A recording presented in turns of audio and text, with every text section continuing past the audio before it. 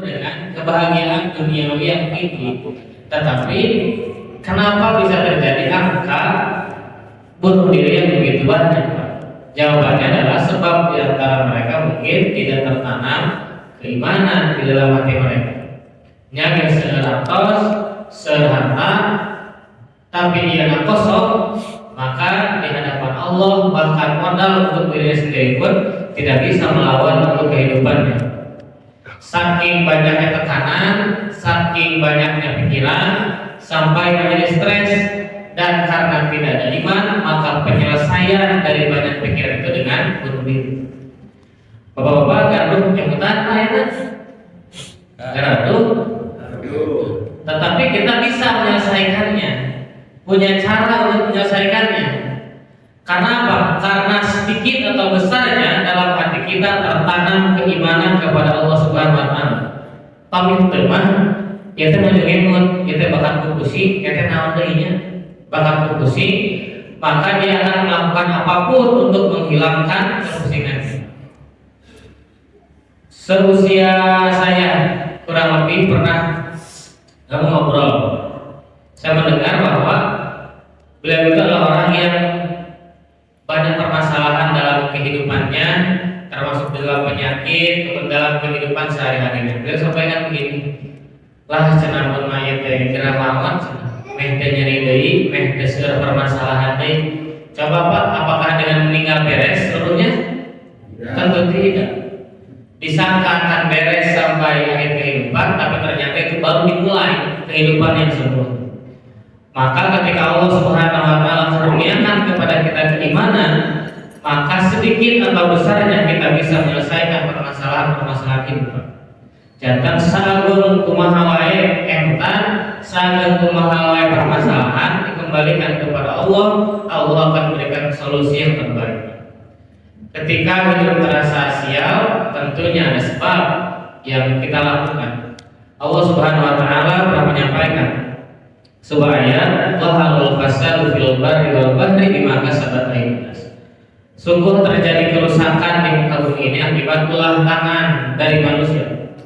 Saya pernah sampaikan kalau tidak salah, di antara bentuk kesialan dalam hidup yang disampaikan oleh Ibnu Qayyim al-Jauziyah pada tahun 8 Hijriah, beliau menyampaikan di antara bentuk sialnya manusia adalah ketika satu ketidakberkahan dalam umurnya, yang kedua ketika makhluk-makhluk laut telah jarang ditemukan, yang ketiga ketika harga-harga melambung tinggi, yang keempat ketika manusia sudah tidak saling tolong menolong, maka itu dinamakan kesialan di antara manusia. Bahkan disebutkan ketika kezaliman, perampokan, bahkan pembunuhan telah banyak terjadi di negeri ini, maka itulah bentuk kesialan dalam hidup manusia. Eta sadaya apa hampir aya di zaman urang.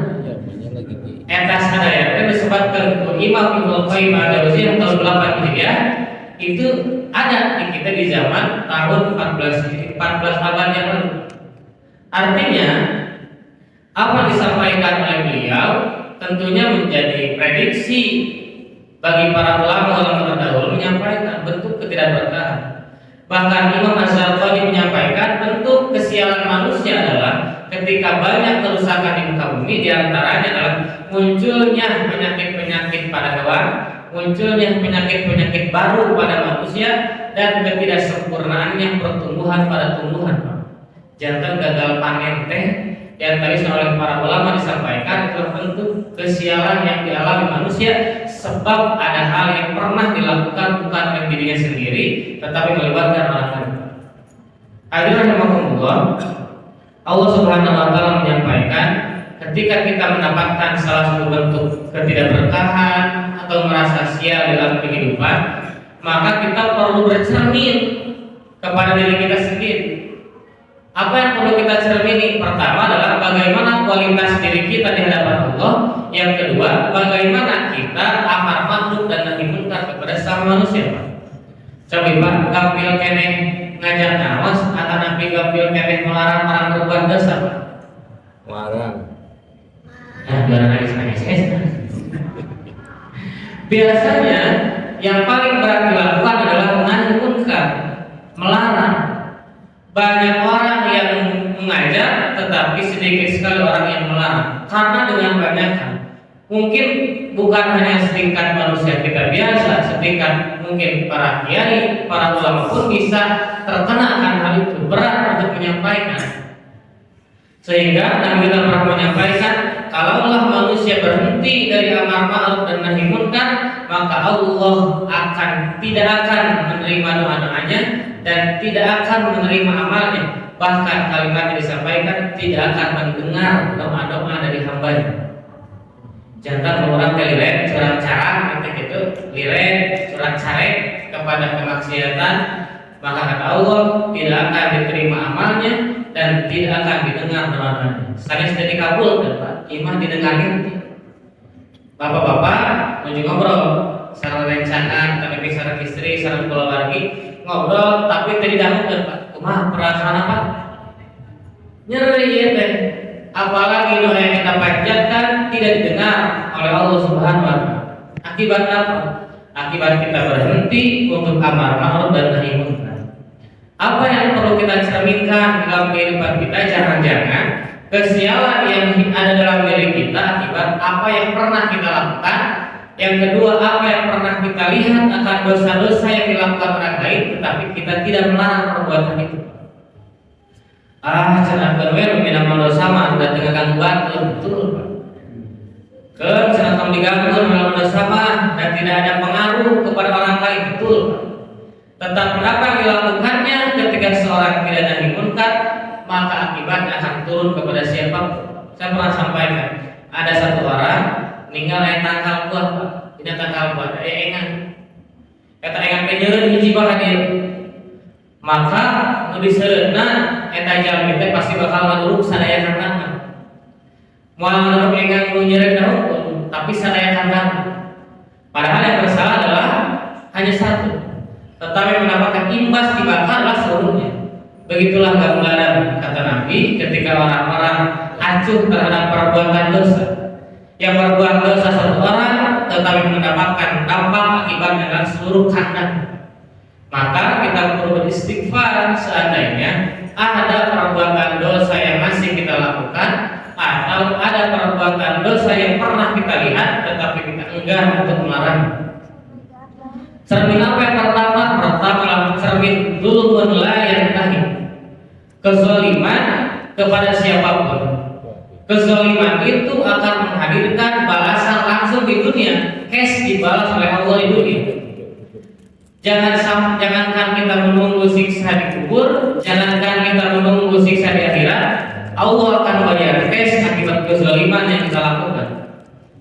Hancurnya kehormatan orang lain, rusaknya kehormatan orang lain, kemudian kita menjelekkan nama orang lain, memfitnah orang lain, berbuat kezaliman dengan fisik kita, dengan lisan kita, maka kata Allah tidak perlu menunggu balasan siksa di akhirat, Allah akan bayar cash di dunia. Betapa banyak orang-orang yang hidupnya tidak berkah, hidupnya kemudian terasa susah akibat kezaliman yang pernah dilakukan di masa lalu. Orang-orang yang berbuat dosa, kadang dia berbuat la yashkurun, dia tidak merasa perbuatan dosa. Ada yang la ya'lamun, dia tidak mengetahui perbuatan dosa. Yang paling berbahaya adalah la yashkurun, dia senantiasa berbuat dosa, tetapi dia tidak merasa perbuatan dosa. Dia lakukan bertahun-tahun, dilakukan bertahun-tahun, sampai pada akhirnya menumpuk seluruh dosa-dosanya dan membunuh. Salah satu sahabat Nabi, Abu Dujana, beliau adalah seorang sahabat yang gemar melaksanakan sholat di masjid, terkhusus melaksanakan sholat subuh berjamaah di masjid. Tetapi setiap Nabi lihat Abu Dujana ini senantiasa beres sholat, dia tidak berzikir dan dia tidak berdoa kepada Allah. Dia langsung lari ke belakang, dia langsung pulang ke rumahnya. Sampai-sampai diperhatikan oleh Nabi, kenapa orang ini? Kenapa Abu Dujana? Ditanyakanlah kepada Abu Dujana, wahai Abu Dujana, apakah engkau tidak perlu dengan Allah? Apakah engkau tidak ingin melantunkan permintaan engkau kepada Allah? Jawaban Abu Dujana adalah, ya Rasul, saya sangat butuh kepada Allah dan saya pun ingin berdoa kepada Allah. Tetapi apalah daya saya? Rumah saya itu berdampingan dengan rumahnya seorang yang memiliki pohon kurma. Setiap subuh itu, setiap pagi-pagi, pohon kurma itu buahnya berjatuhan ke halaman rumah saya. Dan saya khawatir kurma-kurma yang jatuh itu dimakan oleh anak-anak saya. Dan saya tidak rela ada makanan yang syubhat, apalagi yang haram, yang masuk ke dalam perut dari keluarga saya. Maka dengan demikian saya terburu-buru pulang, tidak berzikir, saya tidak berdoa kepada Allah, karena saya ingin mengarungi kurma-kurma itu, kemudian saya kembalikan kepada pemiliknya sebelum anak-anak saya terbangun. Satu waktu saya terlambat pulang dari masjid. Kemudian begitu pulang, nampaklah anak-anak saya sedang makan kurma-kurma itu. Sampai-sampai saya masukkan 2 jari saya ke mulut mereka, kemudian saya ambil sampai anak saya berkata, saking sebel, dicokel gitu. Dikeluarkan seluruh yang pernah masuk ke dalam mulutnya.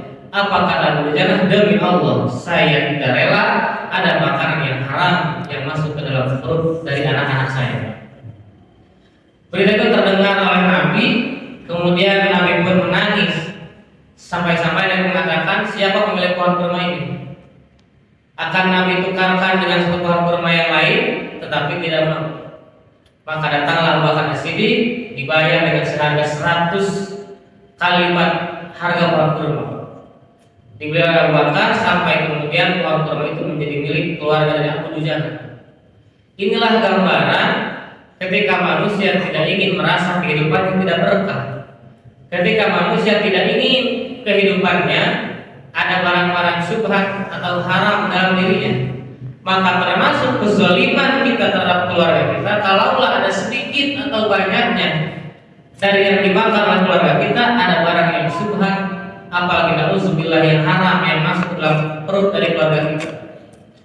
Harta itu jangankan yang haram, yang halal pun akan dihisab di hadapan Allah Subhanahu wa taala. Maka begitu kehati-hatian, bisa jadi kenapa hidup terasa sial, bisa jadi sebab ada barang yang syubhat atau yang haram yang masih kita perbuat. Hadirin rahimahullah, maka cermin pertama bagaimana kita membersihkan diri kita, membersihkan harta kita, di antaranya adalah setiap kita memiliki rezeki segera bersihkan. Karena tidak ada jaminan Pak, orang kegaduhan hartos, gaduh rezeki, tidak ada jaminan sadayana bersih. Maka dengan demikian kita keluarkan dahulu pembersihnya sebelum kita makan. Sampainya uang buah rambutan, dipijar halacakanna, terus rambutan itu tuang. Jangan sampai kita balik, orang mah berinfak bersedekah itu sisa dari penggunaan harta kita. Yang menjadi salah adalah infak sedekah itu dari harta sisa. Padahal apa disampaikan Allah, wa mimma razaqnahum yunfiqun, dan sebagian dari harta yang kau miliki nembe kenging upami anu gaji mana mepenge gaji keluarga kita tong dianggo heula SSR infak. Bisa jadi hal itulah yang kemudian menjadikan jadi cermin pertama kenapa hidup kita terasa sial. Kikir adalah salah satu bentuk awal dari kehancuran. Ada malaikat yang berdoa saat subuh, Allahumma a'ti munfiqan khalafa, Allahumma a'ti mumsikan talaf. Ya Allah, gantilah setiap orang yang berinfak pada pagi harinya, dan ya Allah tahanlah rezeki setiap orang yang menahan rezekinya. Artinya setiap harinya kita dipercaya oleh Allah untuk memberikan infak dan sedekah. Paling tidak harta mati gaduh, harta mati gaduh. Sedekah yang paling ringan adalah bagaimana tubuh kita disedekahi dengan salat duha.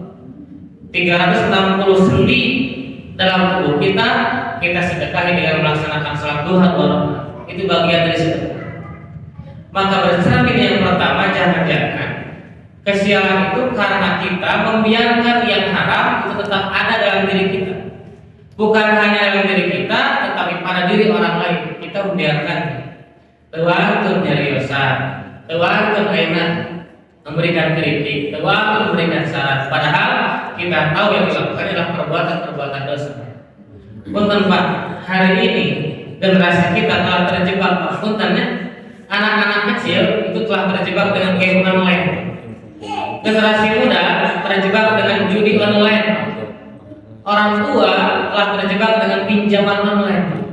Coba, bagaimana kehidupan kita dirungkuk dari berbagai sisi, dari anak-anak, masa muda sampai orang tua. Kalaulah segala sesuatu menjadi hal-hal yang subhat apalagi haram, maka pantaslah, kata Nabi, seluruh bencana akan ditimpakan kepada orang-orang, bukan hanya pelakunya, tetapi orang yang melihat tetapi tidak berbuat apa-apa. Hadirin rahimahullah, kalaulah kita melihat ada orang yang berbuat dosa, kata Nabi, ubahlah dengan tangan kekuasaan. Kalau tidak, ubahlah dengan lisan kita. Kalau tidak mampu pun jangan pelit dengan doa. Doakan.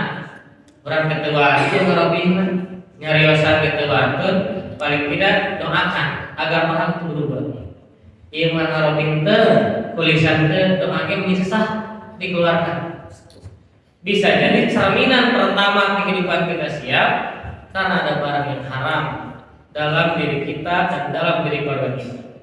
Dan itu termasuk kezaliman terhadap keluarga. Sebab keluarga kita tidak tahu ini haram, halal atau sunnah. Termasuk Nabi kita pernah menemukan cucu-cucunya memakan dari kurma dan gandum Baitul Mal. Sebab Nabi itu karena Allah diharamkan untuk memakan harta dari Baitul Mal, zakat mal. Begitu di Masjidil Haram, cucu-cucunya sedang memakan dan kemudian Nabi melihat sampai Nabi masukkan dua jarinya, kata beliau, dicolok sampai keluar lagi. Dan saya, kata Nabi, tidak rela terdapat barang-barang yang subhan apalagi haram terdapat dalam keluarga saya. Kita perlu belajar, kita pun tidak menjamin, termasuk siapa pun tidak menjamin apa yang kita makan, apa yang kita dapatkan itu seluruhnya bersih.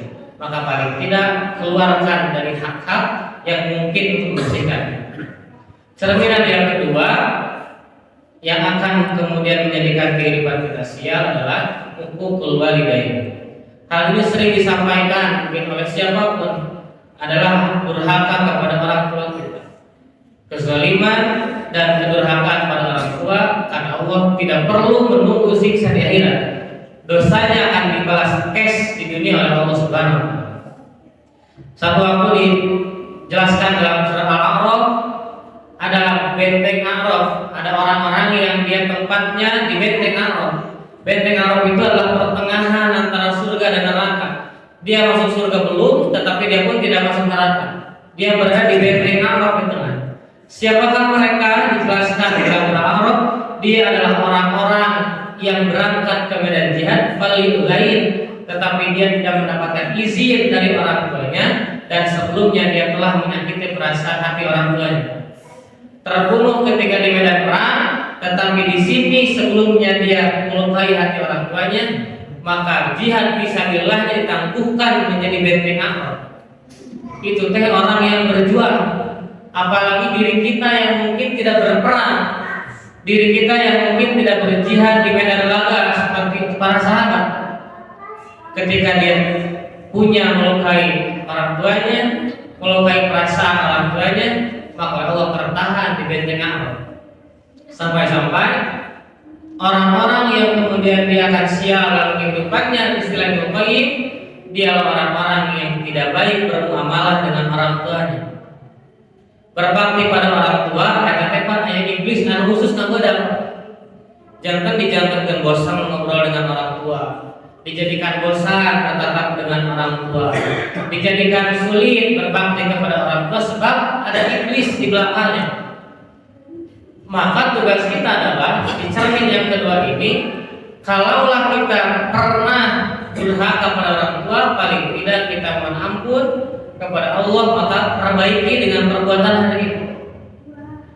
Orang-orang yang celaka, orang-orang yang merasa sial dalam kehidupannya, kalaulah dia berkaca ke belakang, tentu ada bakti yang kurang kepada orang tuanya. Dan kalaulah kita lihat betapa hebatnya orang-orang, kesuksesan orang-orang, keberhasilan orang-orang, pasti di belakang keberhasilannya ada bakti yang baik kepada kedua orang tuanya. Dengan demikian, cerminan kedua kehidupan kita sial karena adanya hukukul walidain, durhaka kepada kedua orang. Bahkan hal simpel saya pernah sampaikan kepada Ibnu Abbas, ketika seorang orang tua mengobrol dengan anaknya, tetapi mata anaknya tidak berfokus kepada orang tuanya, maka itu pun termasuk kedurhakaan terhadapnya. Pamilai nama pamitan sepuh ngobrol barangkali nanya HP ya Pak.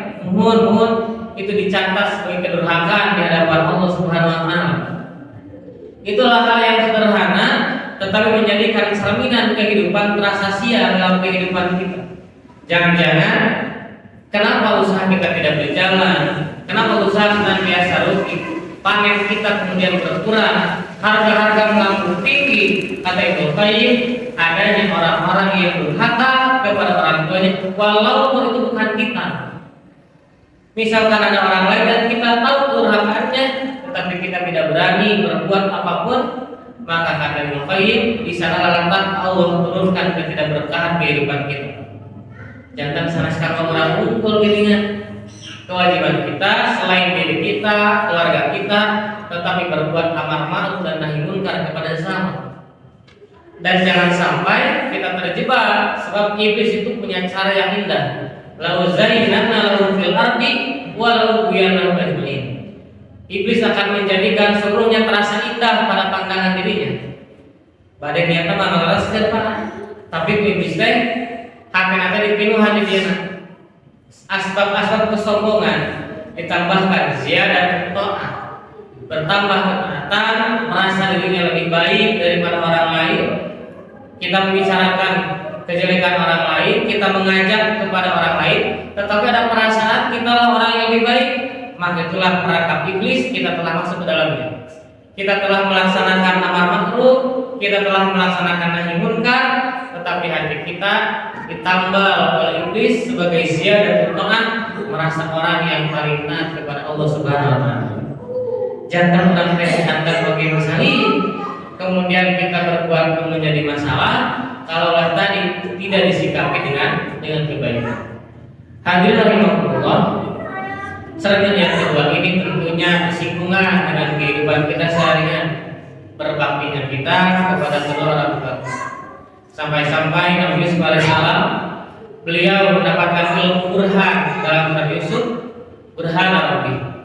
Mendapatkan ilmu burhan itu artinya adalah dia setiap kali akan melakukan perbuatan dosa, dia membayangkan wajah kekecewaan dari ayahnya. Ketika istri pembesar Mesir menggoda Yusuf, ketika walaqad hammat bihi wa hamma biha, Yusuf pun telah tergoda, perempuan itu pun telah akan melakukan hal yang sama dengan Yusuf.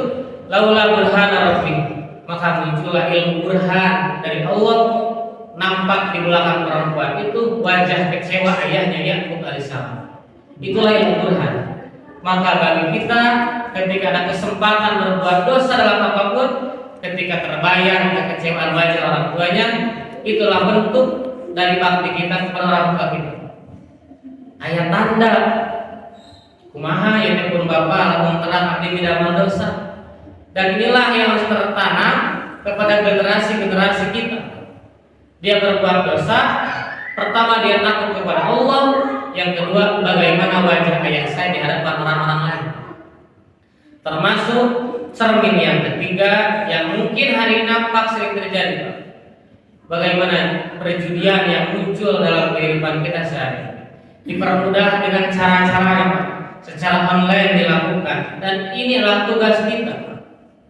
Beberapa orang curhat Pak, dia telah kehilangan 40 juta. Beberapa orang telah kehilangan rumahnya Pak akibat perjudian online. Tugas kita adalah kalau kita tahu maka kita perbaiki. Hal ini telah merajalela dalam kehidupan kita. Sarana-sarana tersebut itu telah hadir. Negara pun tidak bisa berbuat apa-apa, justru negara malah berkata dia akan memberikan bantuan kepada korban hidup online. Padahal saya rasa itu bukan korban, tetapi perbuatan dosa yang terus dipelihara. Inilah tugas kita, bagaimana kita kemudian mengawal perbuatan-perbuatan ini, jangan sampai cermin yang dilakukan oleh orang lain nampak dosanya kepada kita. Hal inilah yang menjadikan ketidakberkahannya hidup. Ibnu Qayyim menyampaikan bahkan binatang-binatang laut pun menjadi sepi, udara-udara menjadi tidak baik. Itulah efek dari perbuatan dosa yang tidak kita ubah dalam kehidupan kita. Hadirin rahimakumullah, ketika hidup terasa sial tentunya ada sebab di belakangnya. Mungkin bukan kita pelaku dosa, tapi bisa jadi salah satu anggota keluarga kita. Mungkin bisa jadi tetangga kita. Mungkin bisa jadi saudara kita. Termasuk kalaulah dalam satu rumah ada orang yang telah akil balik, namun dia telah berani-beraninya meninggalkan sholat, maka itu belum termasuk cermin yang akan mendatangkan ketidakberkahan dalam hidup kita. Barangkali SMP kelas 2 orang terus akil balik, kemudian dia berani meninggalkan sholat, orang tuanya tidak merubahnya, maka yang berbuat dosa anaknya, tetapi akan berpengaruh kepada ketidakberkahan rezeki dari orang tuanya. Sampai-sampai Nabi kita menyampaikan, jagalah harta-harta yang masuk ke dalam diri kita dan diri-diri keluarga kita.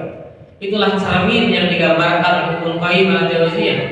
Betapa banyak orang-orang yang kehidupannya merasa sial, kemudian rezekinya terasa sempit, karena bisa jadi ada perbuatan-perbuatan dosa yang mungkin dia tidak melakukan, tetapi dia membiarkan perbuatan dosa itu mengalir apa adanya.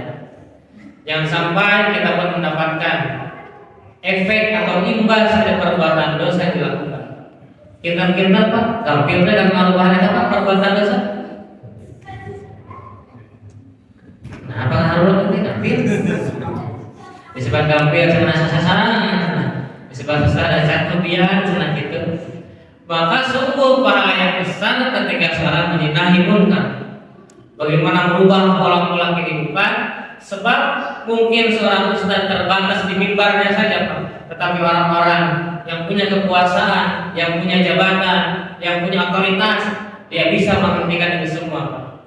Mungkin ustaz Pak terbatas Pak di mimbar-mimbar saja dengan lisan-lisannya, tetapi bersinggungan langsung dalam mungkin kita, tugas kita adalah membenarkan itu semua.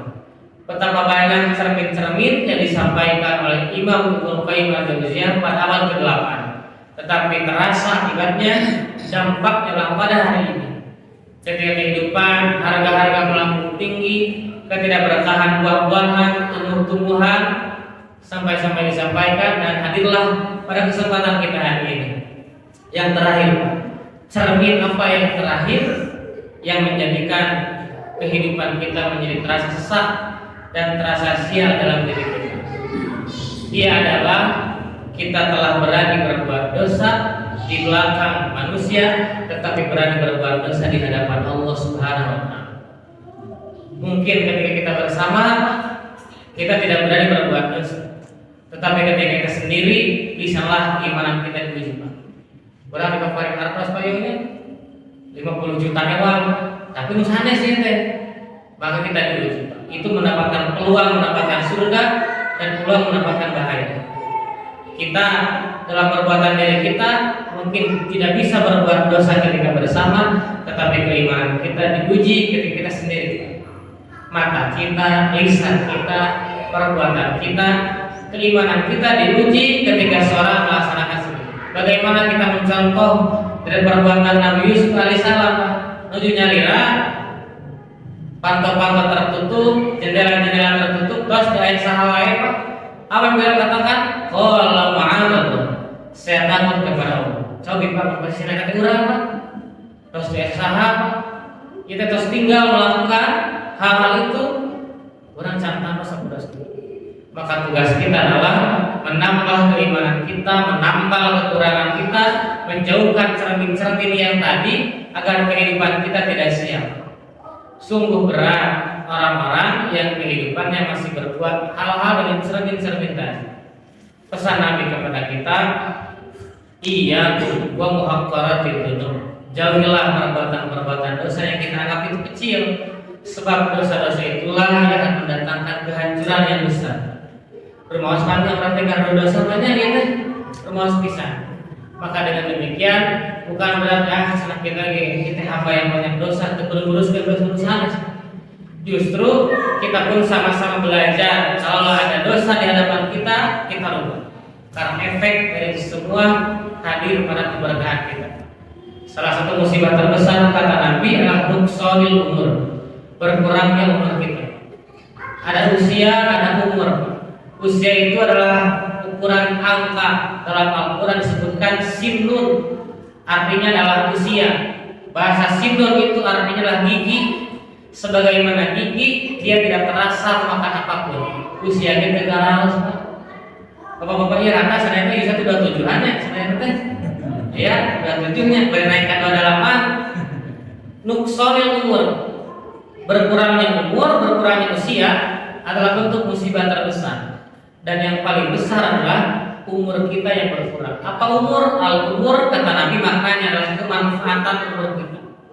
Usia hanya sebatas angka, tetapi umur bagaimana kemanfaatan kita. Adakah orang yang usianya 20 tahun tapi umur kemanfaatannya seperti usia 60 tahun? Ada orang usia 70 tahun tapi umur kemanfaatannya mungkin laksana anak 5 tahun. Maka tugas kita, berapa usia kita, maka berikan manfaat yang terbaik. Sebab sebaik-baik umur adalah yang panjang dan bermanfaat. Dan seburuk-buruk umur adalah yang pendek dan juga tidak bermanfaat bagi siapa. Manfaat apapun yang bisa kita lakukan, kita lakukan.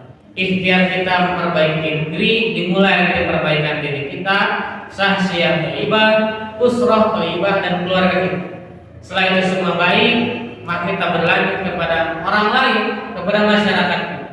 Jangan sampai kesialan datang kepada diri kita bukan pelakunya, tetapi kita mendapatkan imbas dari perbuatan-perbuatan dosa itu. Insya Allah mudah-mudahan Allah mampukan kita untuk menjadi pengawal daripada perbuatan-perbuatan dosa. Insya Allah ya Pak, hafal Pak. Insya Allah kita bersama-sama mengingatkan satu sama lain. Mungkin jika Bapak-bapak lihat saya berbuat dosa, ingatkan.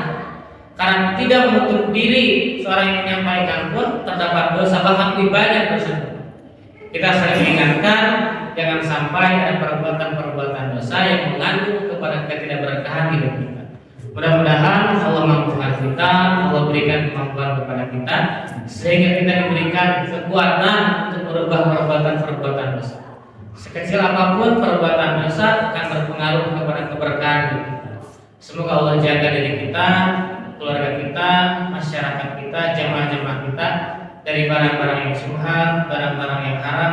Allah jauhkan kita dari uququl walidain. Allah jauhkan kita dari perbuatan kezaliman, dan Allah hadirkan keberkahan atas rezeki kita dan keberkahan umat kita. Allahumma ighfir lil muslimina wal muslimat wal mu'minina wal mu'minat al ahya'i minhum wal amwat innaka as-sami'ul qaribun mujibud da'wat. Rabbana la tuzigh qulubana ba'da idh hadaitana wa hab lana min ladunka rahmah innaka antal wahhab. Ya Allah, ampunkan dosa-dosa kami, dosa-dosa orang tua kami, dosa-dosa guru-guru kami. Ya Allah, seandainya ada barang yang syubhat, yang haram, yang pernah kami masukkan dalam perut keluarga kami, kepada perut kami, ampunkanlah dosa-dosa terdahulu kami. Bimbing kami agar tidak ada barang-barang yang tidak baik yang masuk ke dalam perut keluarga kami. Ya Allah, berikanlah keberkahan pada umur kami, kepada keluarga kami, kepada umur guru-guru kami, kepada umur para donatur dan muakif kami. Ya Allah, seandainya di antara kami, keluarga kami yang sedang sakit, mudah-mudahan Kau berikan kesehatan, dengan sehatnya menambah ketaatan dan ketakwaan kepada Kau. Allahumma rabbana syafi'ul ba'sa syifaan tasyafi la syifatin la syifaan la ilaha illa. Ya Allah, seandainya ada di antara kami, keluarga kami, guru-guru kami yang telah meninggal dunia terlebih dahulu, mudah-mudahan Kau ampunkan dosa-dosa mereka. Kau jadikan raudatan min riyadil jannah, taman-taman surga atas mereka. Allahumma ighfir lahum warhamhum wa'afi wa'anhum wa'akrim nuzulahum wa wasi' marhamhum. Rabbana atina fid dunya hasanah wa fil akhirati hasanah wa qina adzabannar. Subhana rabbika rabbil izzati amma yasifun wa salamun alal mursalin walhamdulillahi rabbil alamin.